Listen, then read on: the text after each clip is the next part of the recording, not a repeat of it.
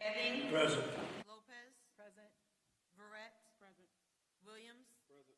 Yancey Smith. Present. 6 present, that's a quorum. Will you stand with me and join the Pledge of Allegiance? I pledge allegiance to the flag of the United States of America and to the republic for which it stands, one nation, under God, indivisible, with liberty and justice for all. Thank you.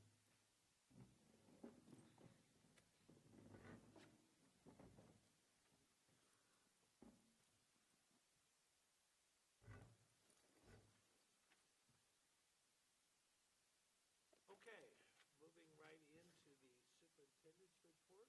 We have the first item on the agenda is a matter of pure pleasure, and that's welcoming our Illinois State Scholars. That's it. And Mr. Warden's going to come up.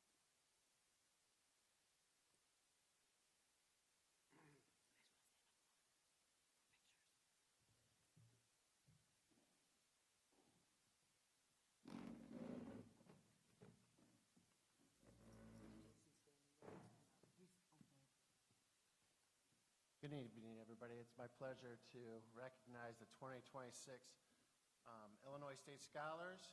We have many of the members here. I would ask them to come up on stage. Abraham Daly, Bryant Edwards, son of Chi and Tanya Edwards, has participated in robotics, marching band, and concert band, where he plays the saxophone and oboe. His honors include being part of the Phi Theta Kappa Honor Society through KCC, being named Employee of the Month at the IT Department at Riverside Medical Center, the University of Illinois Salute to Academic Achievement, and being in the Early College Program. Outside of school, Bryant has participated in Cub Scouts from 1st through 10th grade, where he volunteered at multiple community events and programs. He volunteered at Riverside Medical Center IT department his sophomore year, his 11th year, and his 12th grade year. He has a paid internship at Riverside Medical Center IT department after school. He plans on studying computer science, information technology, cybersecurity, or other related majors. Bryant Edwards.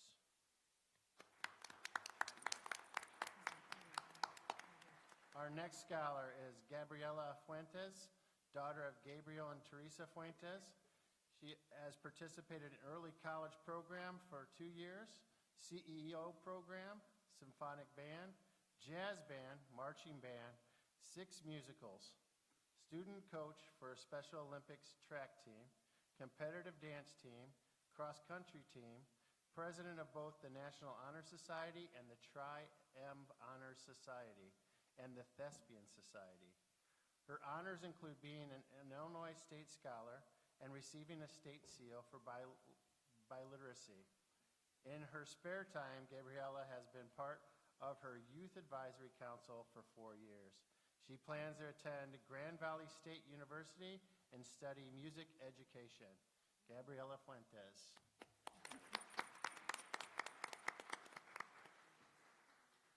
Next up is Claire Howard, daughter of Jason and Megan Howard.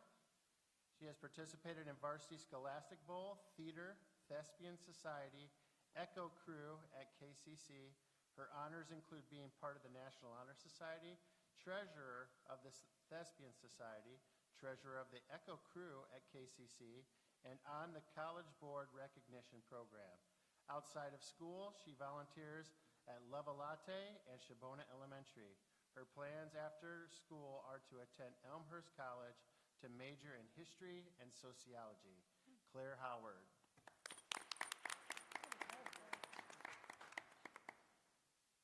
Our next scholar is Henry Joyner, son of Brian and Bridget Joyner. He has participated in Student Council, National Honor Society, Computer Club from 2022 to 2023, Kankakee Area Center Law Enforcement, KCC Early College Program, and Kankakee County CEO Program. His honors include CPR certification, membership in the National Honor Society, summa cum laude 4.0, Kankakee Police Team Academy, Teen Mental Health First Aid, NIMS 100 and MIS 700. Outside of school, Henry has volunteered at the Jingle Bell Run, Kay's Crafts Show, Kankakee's Winter Parade, Electives Fair and Career Center, various fundraisers, and Riverside Parade Float Helper. Henry plans to study to become a mechanical engineer, most likely at Northern Illinois University. Henry Joyner.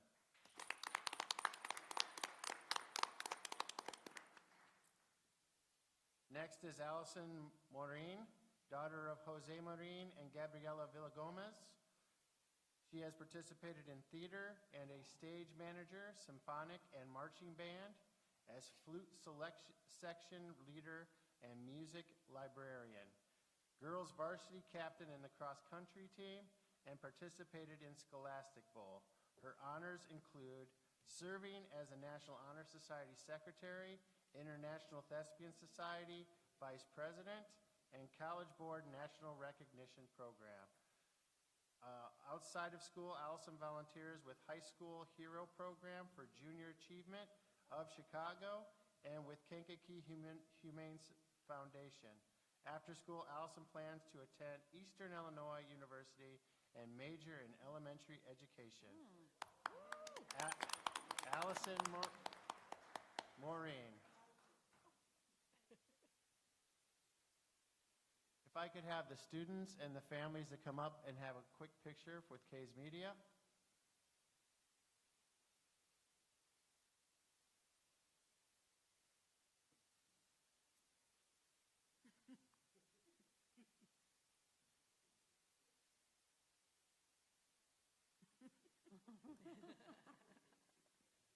Dr. Lance is recruiting already, huh?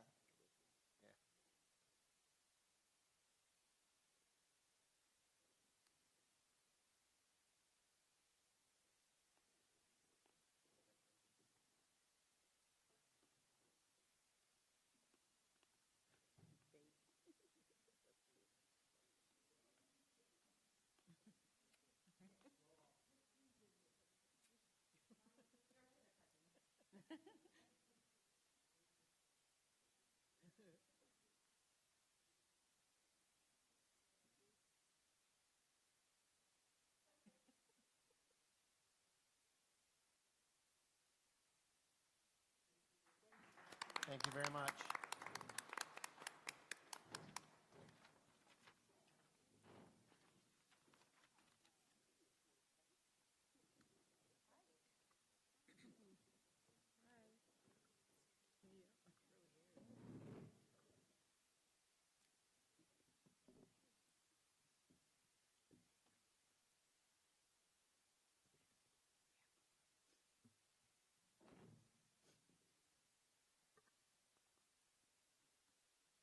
Congratulations again to the parents and the students. It is a really impressive accomplishment to receive the Illinois State Scholar Award. It's been my mission since on the board to increase the numbers. I didn't succeed this year in increasing the numbers, but I'm appreciative of those who have had success. Thank you. Next, we have some more. Right? We're into instruction, Yes, and I think we're going to talk about more success. Is that right? we certainly hope so. Yes. This evening with me I have Ronnie Wilcox, our Director of Athletics and Activities here in our school district, and we are going to provide for you an overview of the various athletics and activities that take place here in district.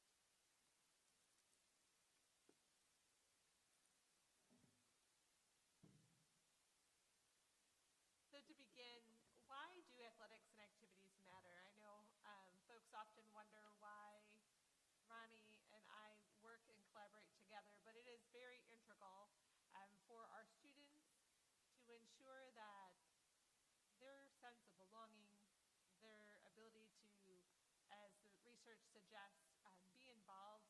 We know when our students are involved in athletics and extracurricular activities, it is one of the strongest predictors of their engagement and success in high school. Additionally, there is a lot of research that supports their involvement in the skills they learn as a result of participating in the various clubs and activities really are those essential employability skills: collaboration, leadership, accountability, communication. And what's most important, in addition to their participation, is ensuring that it's not just limited to championships, although we love those, right? First place trophies, medals received. It really is about that growth, persistence, and personal achievement, that intrinsic drive that our students are able to learn about and identify what really is important to them. How do they feel valued and connected to their school, to our district, etc. So Ronnie is going to take you through some of those highlights here in our district. Good evening. Good evening. Dr. Lance, Board of Education, community members. I was told 30 minutes. Is that fair? Mine is 25. I won't read all these, but I started off, I'm going to say a little bit of a brag sheet what athletics has done the last 10 years. I'm just excited. Is that me or is that I'm a little too loud? I'll use my coaching voice. So proud of what's been accomplished in our school district over the last 10 years, the work that's been put in by our student athletes, coaches, but all that cannot be done without the support of the Board of Education, administration, leadership, buying and believing the vision. And so I just want to say thank you for that. I think that even goes further to say very quickly that I notice many of you at events, a lot of our events, that you don't just come to board meetings, that you guys are active participants in a lot of what our kids do. And as much as I notice, I will tell you now, our kids notice. Our athletes and our kids in activities, they know who comes to support them. So please know from the bottom of my heart, I appreciate you not only do the service, what you serve here, but the taking the time to come to all these events. So I very much appreciate it. Some of you give me a hard time at games, Miss Brett, but it's just kidding. Well, I appreciate, again, just not only supporting what your job is here, but you take the time to support our kids and their activities and their actual events and contests, but you just keep going. But again, we've done a lot of things in the last 10 years, a lot of firsts, a lot of school history. And this year, again, the bar has stayed high, which has been fun to watch. But fall sports this year, if you can see the sports we've all offered, volleyball, cross country, sideline cheer, flag football, conference champions, girls tennis conference champions, football set a new school record for consecutive playoffs. And I will program, what they do top to bottom, what Coach Vince does, I would put up against any program in the state. He's built one of the best soccer programs in the state, boys and girls. What he does, what he consistently does, I'm very proud of the work that he's done. He's on our team. Winter sports, we're in the middle of a great winter season. Boys swim, wrestling. Wrestling senior night is tomorrow night if you're around. Boys bowling, recently took a first place. Their regionals are actually this weekend, so some of the winter sports are wrapping up very quickly. Competitive dance took first place at their first competition. Coach Clay does a great job with her team. Competitive cheer just came back from ICCA state championships. Girls basketball is off to a great season. I'm sure everybody's aware boys basketball is not only ranked in the state, but also ranked nationally, I think for the first time in school history in these sports as well. Special Olympics just had a successful weekend where I think they took third place at their competition. They also participated in bocce ball, track and field. Spring sports quickly approaching. It seems so far away, but I think the older I get, things get here very quickly. But those dates for tryout dates are coming up. Indoor track starting very soon. If I'm going too fast, somebody elbow me. As Dr. Lance said, I had 3 minutes.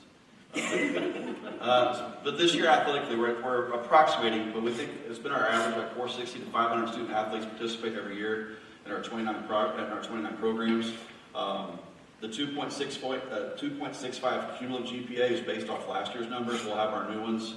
The grades were just turned in last week, so we'll have our new numbers pretty soon. I'll be honest, that number dipped a little bit. It was kind of expected based on how the grading changes have happened, but we are expecting that to go back up after the semester based on some of the things we've seen. So we're expecting that number to go up. We monitor that weekly and at the semester with reports. Our coaches have done a really good job of making sure the athletes need help in study tables, Saturday school, things of that nature. This year, we think it's a record. We're projecting 32 senior athletes will sign a college letter of intent, which will be a new record. And so if things are on pace the way it looks, that's the number we're thinking. So we're excited about the number of seniors who have opportunities to play sports in college and obviously get some of their school paid for.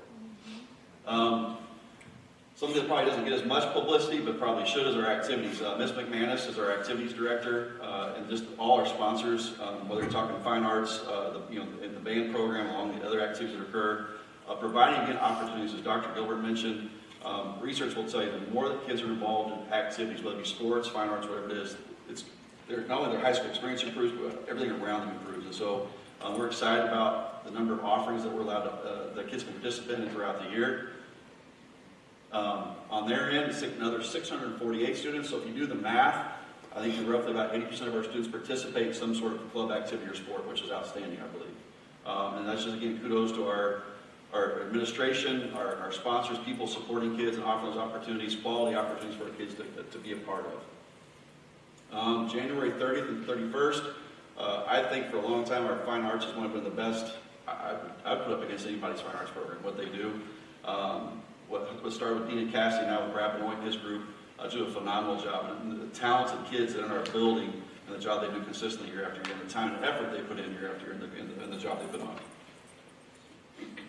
The last couple slides is very quickly talking about athletics throughout the district. We talked about high school, but I won't say it's a secret sauce, but we're a feeder program model where our athletics model or mirror what you see at the high school level. And our head coaches all the way down below, our different level coaches do a great job of building program, a sense of pride about Kankakee, who you play for, why you play the way you play, those kinds of things. It's been, again, one of the biggest keys to our success over the last 10, 12 years of this feeder program model in almost all of our sports. And you see the same thing that the sports that we offer at King and Candy as well. Is there any questions for me? I think was that fast enough, Dr. Lentz? I tried. Boy, I tried. Yeah, ask Ms. Barrett. That was 6.5 minutes. She'll let me know later. Any questions? Any questions? Who can? All right. I think, Mr. Wilcox, you sold yourself short in terms of the work that you do with your coaches. So do you want to speak to very quickly, like 30 seconds? You have a minute. Okay, 60 seconds, don't push it. But the book study that you all are doing, we want to just speak to that a little bit. Yeah, I think one of our areas of focus as an athletic department is leadership. And I think not only for as adults, I think a lot of times we forget one of the most softer traits that we talked about, workforce skills, that people look for is leadership. And we naturally assume that people just have that innate ability. And what you find is they don't. And so whether they don't haven't had good role models, whatever the reason may be, is that we haven't been deliberate enough in teaching about leadership. And so we've been looking through a series of books. It's called What Drives Winning. And believe me, it's not at all what the title really sounds like. It's that deeper look. We talk about the intrinsic qualities, about knowing who you are, what drives you, then beginning to allow you to lead. So it's been, as coaches, we have those conversations, and then with our captain's council, we can have those conversations to, again, be deliberately teaching athletes how to lead, giving them some examples how to do that. So that's the 30-second version, but it's just very quickly. Like when I was coaching, I would say what's involved in me in 10 years. When I coached, I felt like I identified who I was defined as wins and losses. I don't see it that way anymore. Fall in love with the process and fall in love with kids. And so if you do that, that whole drives what you do. So if you fall in love with the process, eventually the process will love you back. And I think that's kind of what you're seeing to some degree of what we've been able to do here is just that the ability to coaches to, it's not me. My job is to get the right people in the right seats on the bus, right? And give them what they need to succeed. And we've been able to do that. And really, I think, speak into kids, empower kids, give them more opportunities to succeed. And our kids have shined. You know, I think that's sometimes people undersell Kankakee is that they don't think our kids can. And our kids, boy, they can fly if you will. And so I've been so proud of her. Anyway. Thank you, Ron. I appreciate that. Sorry, that was like a minute. So.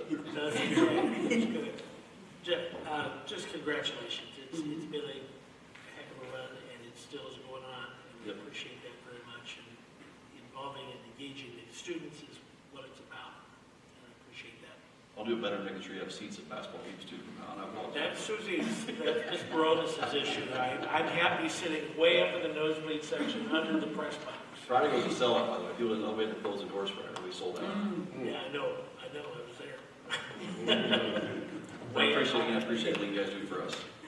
Thank you. All right, thank you.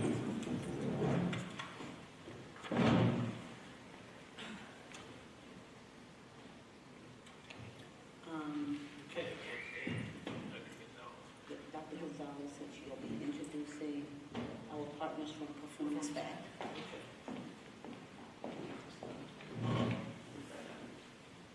Hello?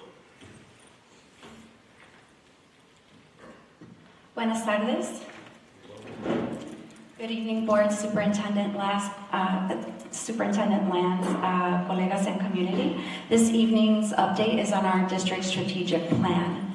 I want to start by thanking all of our teachers and staff and administrators who have expressed an interest in joining one of our strategic planning committees. I also want to thank Becca Parks for helping me. Not only is she helping me spread the word, but I'm new on the scene, new to Kankakee, and so she is digging deep into her networks to help me recruit folks to join our community planning team. So very grateful for Becca. And lastly, Miss Alicia Santoyo, she is just helping me stay afloat of things. She's supporting me with district-wide operations for our strategic planning while also helping me with our bilingual program. So very grateful for all of our folks who are making this a possibility. So this month we are excited to launch Project Elevate Excellence. So this is the kickoff this month for our district strategic plan. Dr. Henderson and I are co-piloting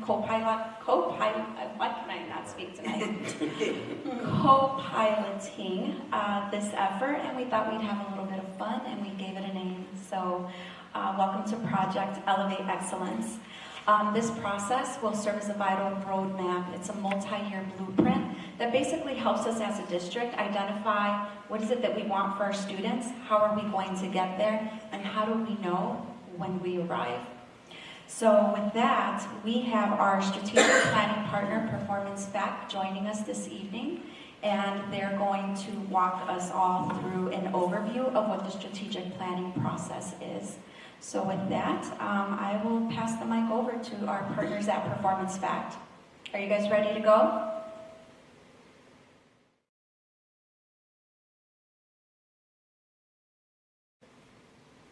And he's still talking. Mr. Fadbai, you are on mute. Okay. Keith, do you have the ability to unmute? Can you hear me now? Yes. Thank you. Good evening, board and superintendent and the admin team. I want to start by making an observation. This is my first time working with the district, and in the past 20 minutes or so, this will be known. I've never heard so much laughter at board meeting, and it is the way things go every night, and you really have something special. Last night. Good medicine. So thanks for having us. We have about 15 minutes to give you an update. I have two of my colleagues with me, and I'm going to invite them to just briefly introduce themselves. Kay, you want to go first? Hi, I'm Kay Dadris, the Director of Operations for Performance Fact, and I am close by in the area residing in South Holland, Illinois. Good evening, I'm Dr. James Crawford, and I partner with Performance Fact as a senior advisor here in Washington State. Nice to be here. Great. I want to give a shout out to Dr. Henderson and Dr. Gonzalez. They've done a hell of a job making sure we keep the process going. So I'm going to spend maybe 7-8 minutes on an overview of the planning process. And if you have any questions, we want to make sure we leave enough time for you to bring them up. In the meantime, can you hear me? Yes. Well? Yes. Are you used to the accent? Yes. Okay. So we call our approach to strategic planning moving forward as one. And that's very intentional descriptor. There are 3 ideas in that label. The notion of movement rather than stagnation. Movement in forward as in positive direction. But for me, perhaps the most important part is the last one. Getting everyone on the same page, going in the same direction. That for us is the essence of strategic planning. The role of my organization is to facilitate. I'm going to find a facilitator as a guide. A guide does not command or control, but a guide does direct, leaving it up to you. Now, this is a statement we want you to take literally. This is your plan. We have a lot of experience doing this, but what we know is not all there is to learn. And we certainly haven't worked yet with the district to know what makes the most sense in your context. So at every point in the process, you do make the final determination. You are the one in charge. We might push you, we might suggest you look at things differently, but at the end of the day, it's what makes sense for your community that will be in your strategic plan. That's why the engagement of our stakeholders is really very key. So our goal then is to align what we call our external perspective with your internal vision. And it's the combination of our external point of view and your internal vision that will produce the kind of plan that will be actionable. A few seconds that I experienced, we've been doing this for quite a while. We've been in business almost 30 years, 29 years. In fact, I founded a company in Upstate New York. We've worked with more than 100 school districts across 21 states in the U.S. And on the right side, you can see some of the aspects of our approach, especially around facilitation and building consensus. So white plan, get all the arrows and page going in the same direction. That's it. That's what it's really all about. And to make that happen, you cannot do it by edict. You can't force people to do it. You can't even bribe them to do it consistently. You have to engage them in meaningful ways. And the way we operationalize this alignment idea is by embracing the voices of all the stakeholders. You see, the board and the superintendent could easily have anointed 5, 8, 10 wise men and women to go write a plan. They could write a good plan, but they're not likely to have ownership or commitment of all stakeholders because they haven't engaged those stakeholders in the planning process. So we have a very consensual approach that really calls for engagement by diverse stakeholders. Let's go to the next slide. At the center of the planning process is a group we call the core planning team. And that core planning team is the most diverse. It has students, it has teachers, it has parents, board members, as admin, classified staff, counselors, and your community leaders also. Everyone who has a stake in the success of the plan is invited to participate on the core planning team. So that core planning team is one that is the heart of the conversation. And information is generated by that very diverse team. It goes out. But they also take information from the outside and integrate it into the planning process. There are a few teams that I must have. One, of course, is the core planning team. The other one is the student voice. In fact, we almost always start the work with kids first. Then we also have the instruction focus team in the 11 o'clock position. That one is primarily teachers. It's the only team that is homogeneous. We feel that all of us have an opinion or something to say or contribute to teaching and learning. But teachers and instruction staff play a very special role. So we create the instruction focus team just for them. All the other groups are mixed up, are mixed in together. There are must-have teams, the community forum, and I think we're going to hold, we'll schedule 3 or 4 during this process. Some will be virtual, some will be on site, and some will be through survey. Along the way, we will meet, in fact, on Tuesday, when we kick off the process. The core planning team is going to meet from 8 to 4 on Tuesday, 20 again. And that same evening, from 6 to 8, I believe, the alignment team is going to meet. I describe the alignment team as your movers and shakers. So you can have your business leaders, you can have your business, the political class, you have parents, you have union, and so on. So I hope you get what I'm leading to here, that the intent begins to have as many voices as possible involved in the entire process. So what are we going to be doing? Well, really 3 things will be the finished product. When we're done, we will have clarity about what we want for students. So we call that step goal number 1. What our promise to our students, What is the portrait of the graduate from Kankakee School District? What are the goals for student success? How are we going to measure those goals? And what are the specific targets we can set for ourselves? So we begin with the end in mind, and the end is about student learning. Then we go to the means to the end, and there are two components of the means. The first one is around instruction. It is the strongest driver of student learning. And although, parents and board and superintendent and everybody else contributes to student success, by far, the most critical person is, the most critical aspect is instruction. That's why we dedicate circle number 2 to just instruction and effectiveness. And that's also the reason we have that instruction for team, so that teachers and teaching support personnel can do a deep dive into instruction.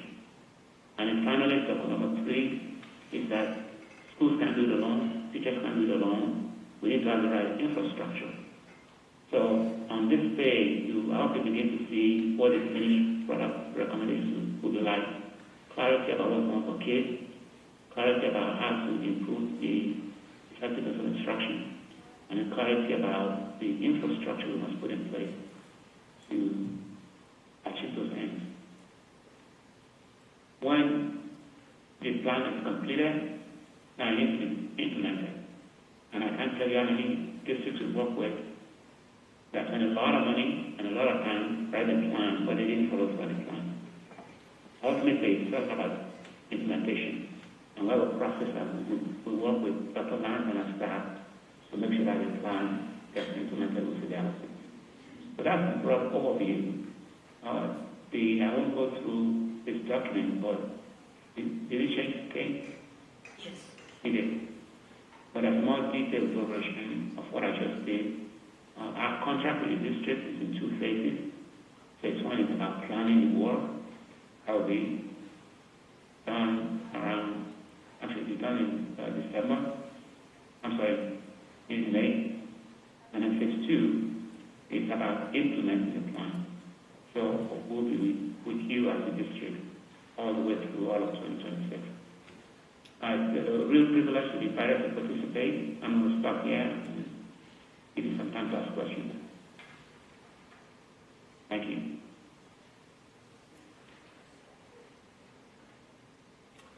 Any questions from the board?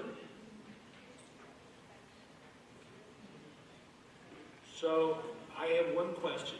What's going to happen on Tuesday and Wednesday of next week during the day? Excellent. Yeah. It's the kickoff of that's one slide I skipped. So this is the process we're going to go through. We're going to ask 4 questions. What data do we have? So that's about analyzing student data. What does the data say? Why does the data look that way? And what are we going to do about it? Tuesday and Wednesday of next week are about the first 2 blocks.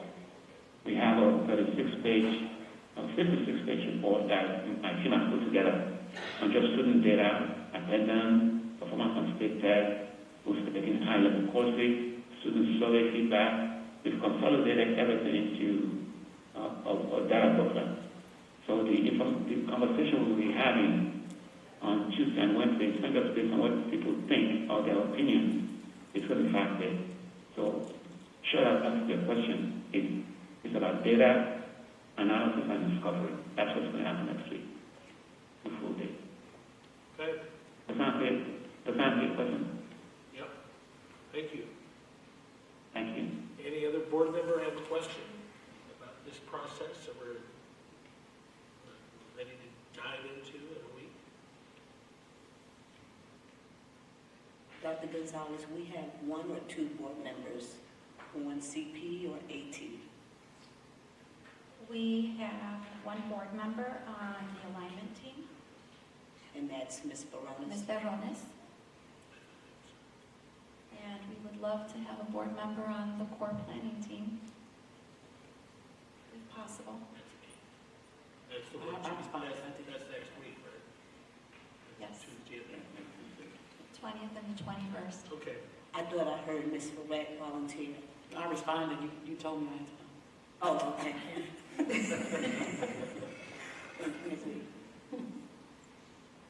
Okay. Anything else from the board? You have questions for our partners here in the planning process? All right, thank you very much. Thank you much. Thank you. Gonzalez. Appreciate your time.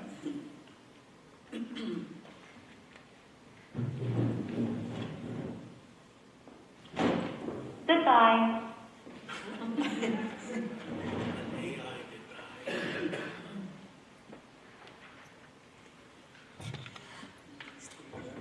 Okay, Mr. Neal, would you like to talk about finance?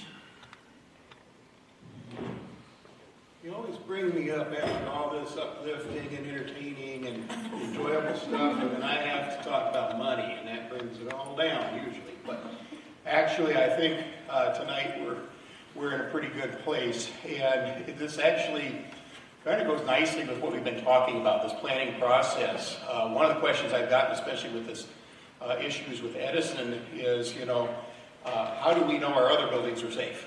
Yeah, one of the things that led us to where we are with Edison right now is exactly what this team was talking about, this planning process, gathering the data, analyzing the data, and then trying to draw some conclusions from that data and attack the things you have to immediately, and then start planning to deal with the things that you have time to give careful consideration to. So that's what we've done, and so by following that process, we found the emergency problem. We also determined that our other buildings are not in that condition, and we can move forward with some more careful planning with those. So that's a very high-level response to that, but I just kind of want to put that out there because I have probably gotten a half a dozen or so emails about that. And it really does go along with what we were just talking about. So kind of getting into the presentation tonight. The financial report, I do have one little issue with the financial report this time around. The person who does the revenue posting had a death in the family and was not able to get the revenues posted in time for this report for December. So just to understand, we have about $7.5 million in revenues that aren't on here. So it still looks good. So that's good when you have $7.5 million missing and it still looks good. So I think that says something. So obviously made no money in December. No, we actually did all right in December. So I won't dwell on that. Well, that's blurry. On there.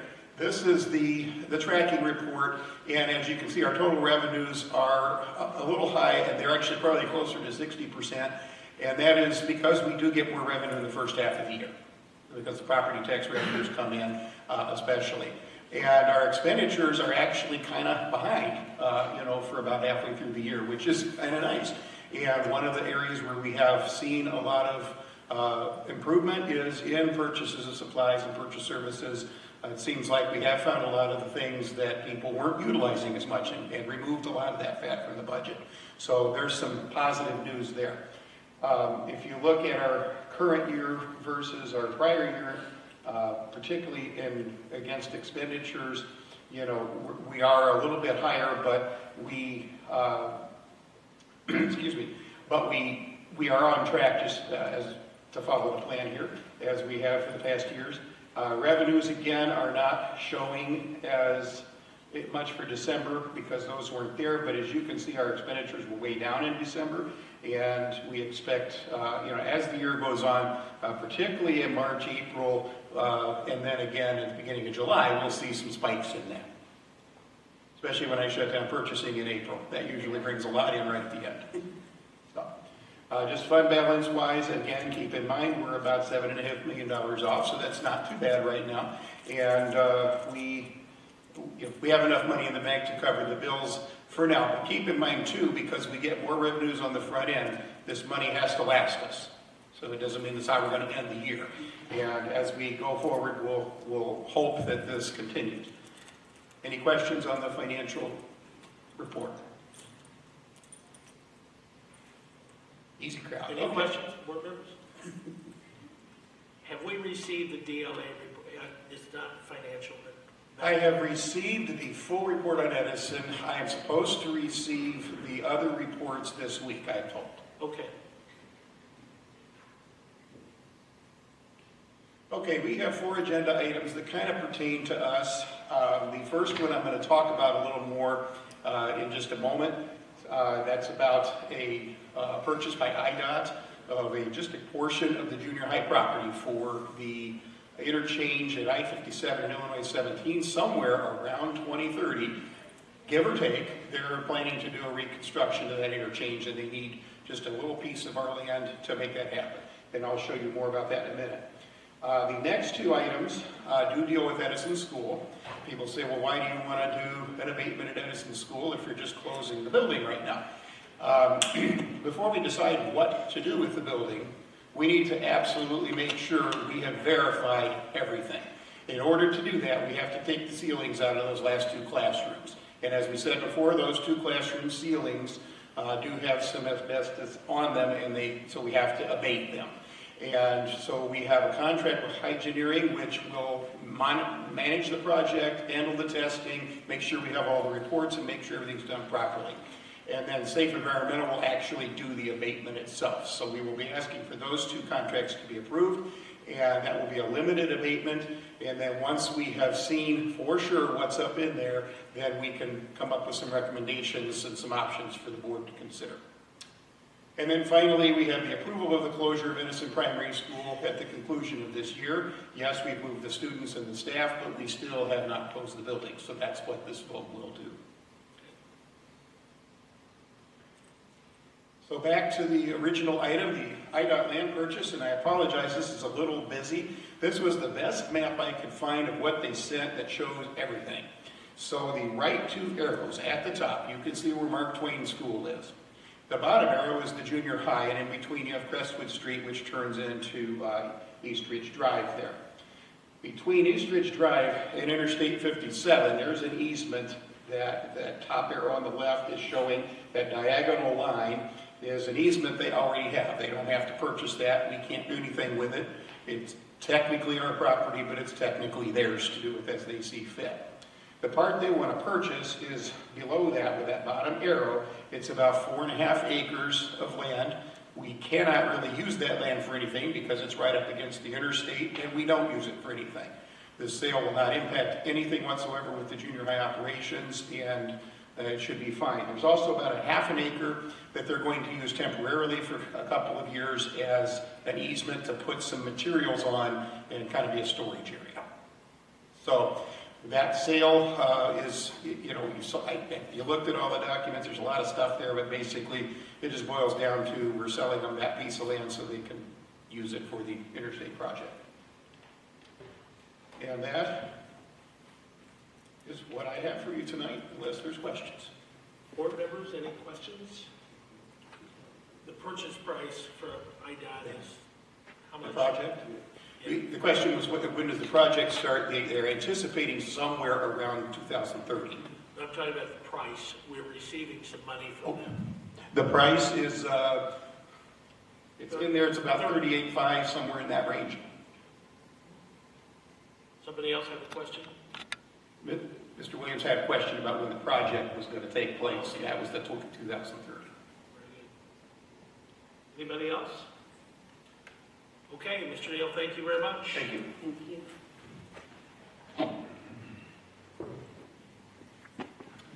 Next we go to People Services.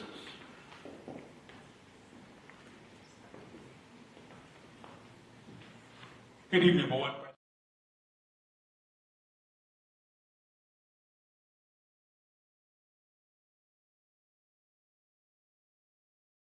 Strategic plan. Well, I would love to take all the credit for that. I must say that my colleague, Dr. Gonzalez, has really carried the cross on that. And we thank you, Doc.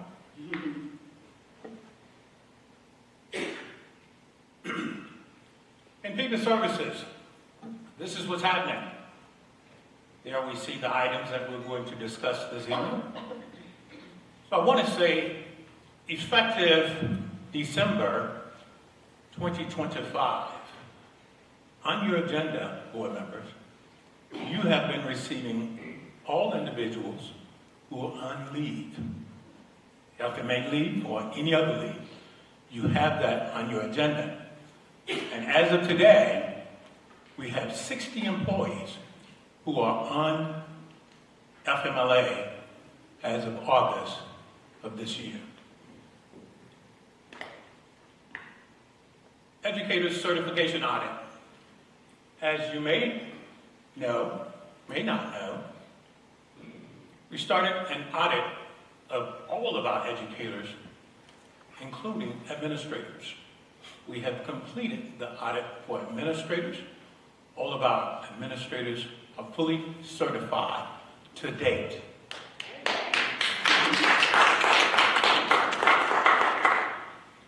We also will start our audit on all teachers as early as next week. And so we'll see what I report to you next year around all teachers. However, as you know, Dr. Lance challenged all of our instructors to get their certification. Ladies and gentlemen, I want to report to you all this evening that of the 37 instructors, 36 of them are online to become certified. So all 36 of 37 of our educators are in a program, and we've received their transcript, and they're on course. Teacher certification test. Ladies and gentlemen, as you can see, as of January 28, 2025, any teacher who has taken the test more than twice can now take this test for free. They do not have to pay anymore. It's free. They even have free study materials. So for our teachers who are struggling with that test, as of January 28, 2025, it is free to take the test. In years past, you've done criminal background checks on current employees every 5 years. Effective this year, we will start doing background checks on every single employee, from the superintendent to the custodian. Every employee in this district will have a background check. Very soon, by July 2026, we will have an operational guideline related to personnel decisions that the Human Resource or the People Services Division will be putting together along with our attorneys, so that we can ensure that it will not eat up all of the principal's time in documenting. We will have sample letters and whatever they need to help them move expeditiously through any investigations that they may have. Now, at the beginning of the school year, we only had 4 vacancies. As you can see, our vacancy list has grown. Individuals have chosen to leave for whatever reason, and those are our vacancies to date. 11 vacancies. And lastly, the People Services Division have been taking people services to the people in each school building. And we even had one just today, whereby we're going out, introducing ourselves, putting a face to the name, having teachers to ask any questions, anything around personnel, or to just have a conversation about what's going on. We're out there working with the people in People Services. That concludes our presentation. Do you have any questions of me? Thank you, Dr. Anderson. Any questions from the board member? Great, thank you. Thank you very much.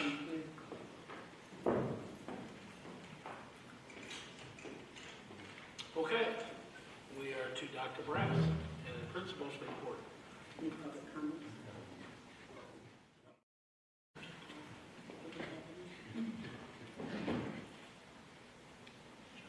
Greetings, President Baldwin, Dr. Lance, board members, community, and friends. My name is Dr. Brass, the proud principal of Kankakee High School. And this evening, before I begin, I would like to recognize my administrative staff who are in attendance. Ms. Dow, 9th grade administrator, could you please stand? Mr. Dillard, 11th grade, and Mr. Warden, 12th grade.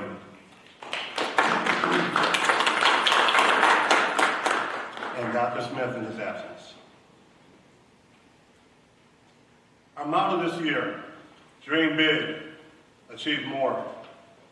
You heard Mr. Wilcox speak earlier in regards to our student athletes and the work that they've been doing. Last year in May, when we had our graduation, we had $13 million in scholarships. I know this year we're going to have a lot more than that, Dr. Lance. Our motto speaks about dreaming big and achieving more. This past October, we had a 3rd annual college and career fair where we give students an opportunity to connect with members of the community and beyond and be able to have those discussions about what is it like to work in that particular profession. In addition to that, we've also increased our number of college visits where students have an opportunity to go out and visit colleges as early as junior year. And we also have been fortunate to have career panels when our community comes in to speak with our students, and we've also had teachers invite guest speakers in as well. But the linchpin of our success here at Kankakee High School is our staff. We have approximately 120 staff members between classified and certified who make up our building. We are so excited for the work that they do day in, day out. The demographics of our school. This is last year, Dave, we had approximately 1,200 students. 43% were African American. Hispanics accounted for 38%, white 14%, and 2.1 for 2 or more races. 100 students attended our Career Center, where 107 attended KCC, as well as ONU combined. 14.3% of our students received an IEP service, where 21.4 are identified as English learners. We have a mobility rate of 15.3%, and we offered last year 19 clubs and 29 varsity sports for our students. This slide right here, if I could take a moment, starts at the top. It says commendable. It says commendable, Dr. Lance. I know, that's good. The last time, Dr. Lance, Kankakee High School was in 2019 when we were commendable. So I want to break down the house as indicated by the state of Illinois and how we, as a staff, our students and parents are able to accomplish that. In the 8 boxes you have in front of you, it speaks about the different areas, ELA, math, and our graduation rates, 9th grade on track, our Illinois science proficiency, our English, the access test, and obviously our chronic absenteeism, and then our climate survey. The following slides are going to speak to several of these items, but we're so proud to be able to say that we are no longer a targeted school. Now we are commendable.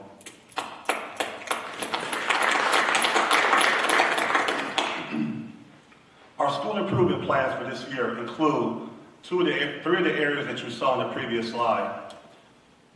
In regards to our math as well as our reading, our goal is to increase the minimum growth rate by 2.0 as measured by the STAR assessments in math and in reading.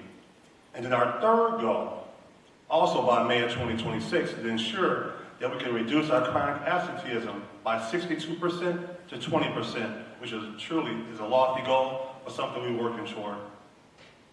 This next slide speaks about our 9th grade on track. I wanted to highlight, last year we were at 79.60.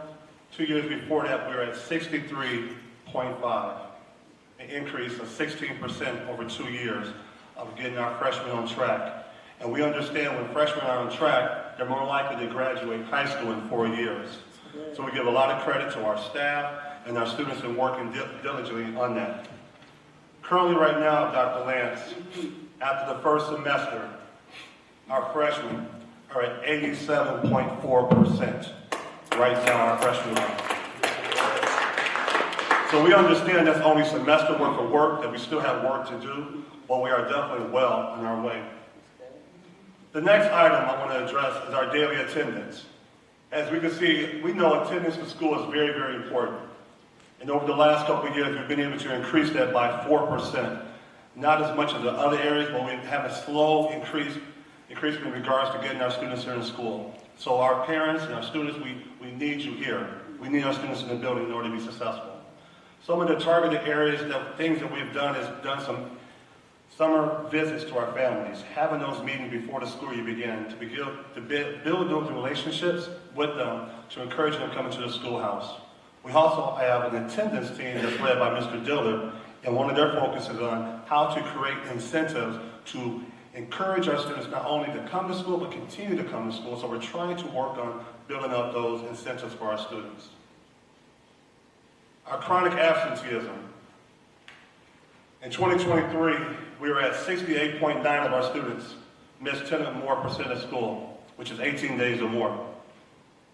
This past year, we reduced that down to 53.6. That's a 15% decrease. Now, we know it's not where we want to get to, but we know we're addressing the students who are not coming to school and putting some things in place to support them so that they can just come to school and also working alongside with their families. I want to give a shout out to our admin teams, our counselors, and our SEL coaches who do home visits along with our security to build those relationships with those students who have not been coming to school.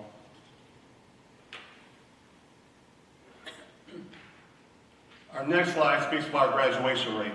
And I know Mr. Williams, you've always asked this question as it relates to demographics. So what we did this time, you'll be able to see, we kind of broke it down a little bit deeper. We know in 2023 we had 71% of our students that graduated within 4 years. Last year we had 85.1%. And for many of you, if you recall, we also had a summer commencement, which also encouraged our students, because previously they were able to walk in graduation. But when we stopped them from walking in May, we had another 30 students participate in the summer to get that graduation diploma. So we're excited about that. But when you break down the demographics of our data, what was able to move us from being a targeted school to commendable was our African American students went from 68% to 84%. Our Hispanic students moved from 74%. As you can see, it says redacted. We've sent the email out to the ISB to find out why it says redacted, but you can see the growth in that group as well.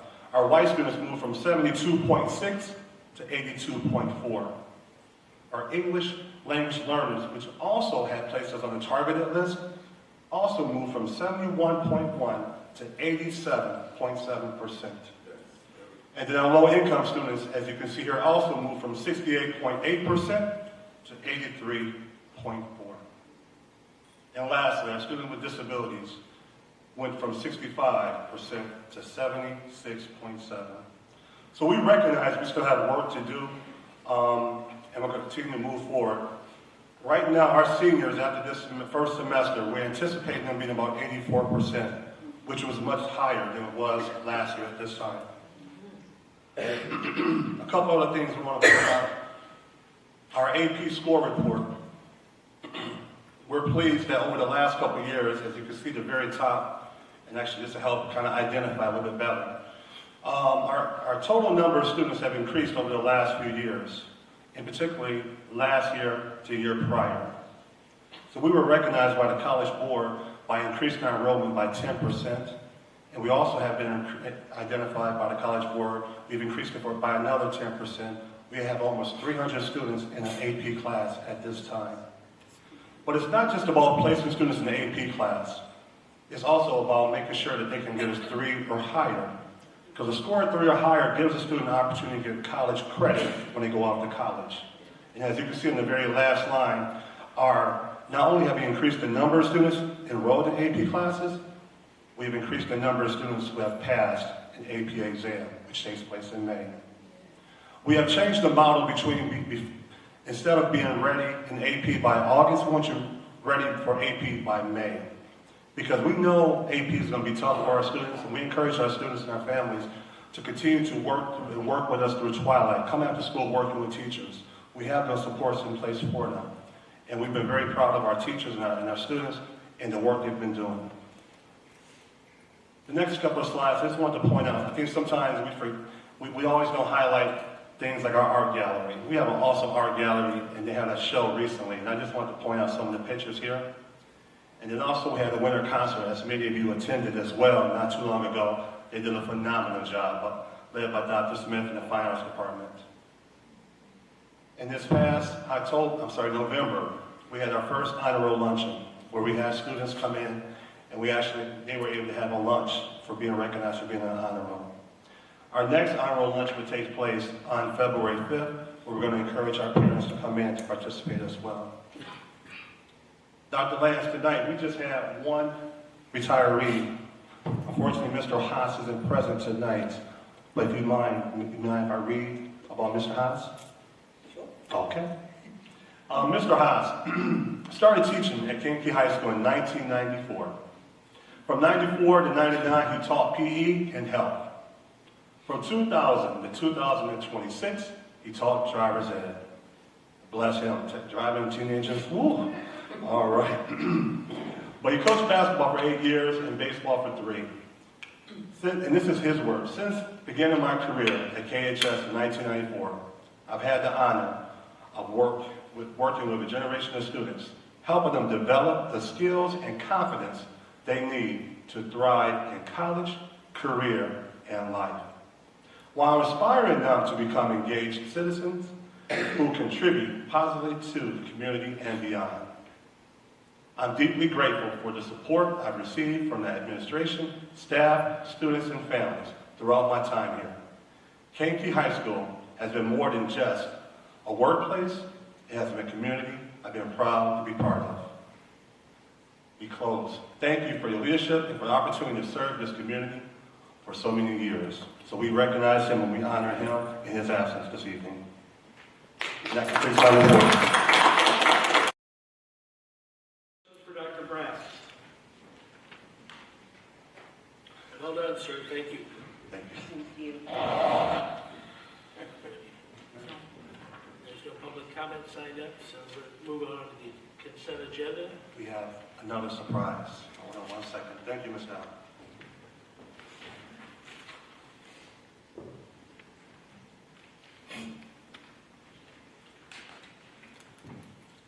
All right, and the consent agenda tonight is approval of board minutes, approval of the special board minutes, approval of the emergency board minutes, and approval of the special board minutes again.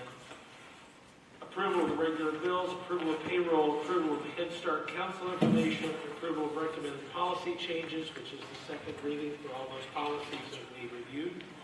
Approval of resignations and retirements, approval of appointments, approval of appointments for licensed personnel and for extra duty, approval of internal appointments, approval of leaves of absence, and approval of salary adjustment, and approval of a termination. Are there any items on that agenda that anybody wants removed from the consent agenda? Hearing none. Are there any questions about, is there a motion? Thank you so much. Is there a motion to approve the consent agenda? So moved. Motion by Mr. Gathing. Is there a second? Second. Second by Mr. Williams. Are there any questions, discussion, or debate regarding any item on the consent agenda? Hearing none, please call the roll. Gathing, Yes. Lopez, Yes. Verrett, Yes. Williams, Yes. Yancy Smith, Yes. Bolin, Yes. 6 ayes, 0 nays, motion carries. We've just added to our family of employees and staff Alvin Strickland, who's going to be a science teacher, and Amos Huff, and Edith Rosas, who's a bilingual medical receptionist at the junior high. Congratulations to them. Then moving on to the Action item. too many papers. Moving on to the action items. First item is approval of the resolution conveying 4.85 acres of land to IDOT as presented by Mr. Neal. Is there a motion to approve that transaction? So moved. Motion by Mr. Gathing. Is there a second? Second. Seconded by Mr. Williams. Any discussion or questions regarding that transaction?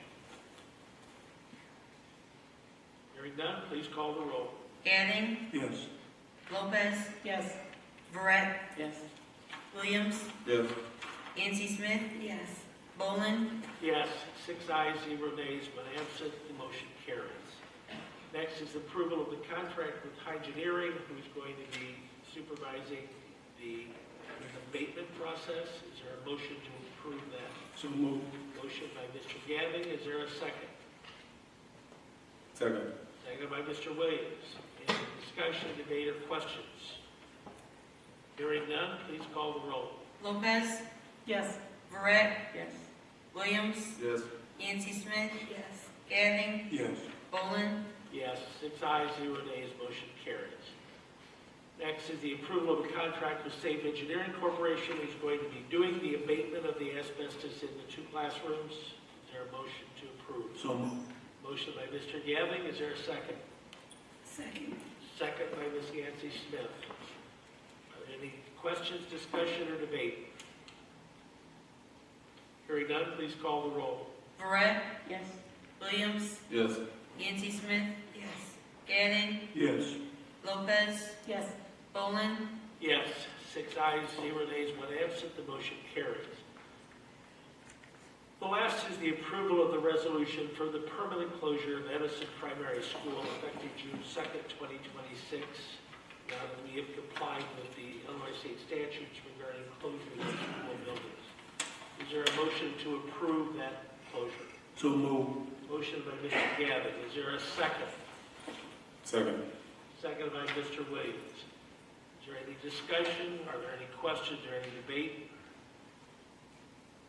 Before we vote, I want to thank the board for all the time you have spent in this process, more than we anticipated. I want to thank the administration for giving up Christmas break and accomplishing something that we didn't intend to accomplish. And I want to give kudos to Mr. Cooster and the staff at Edison first, because as someone posted, you went through hell and back, but you're back. So that's what counts.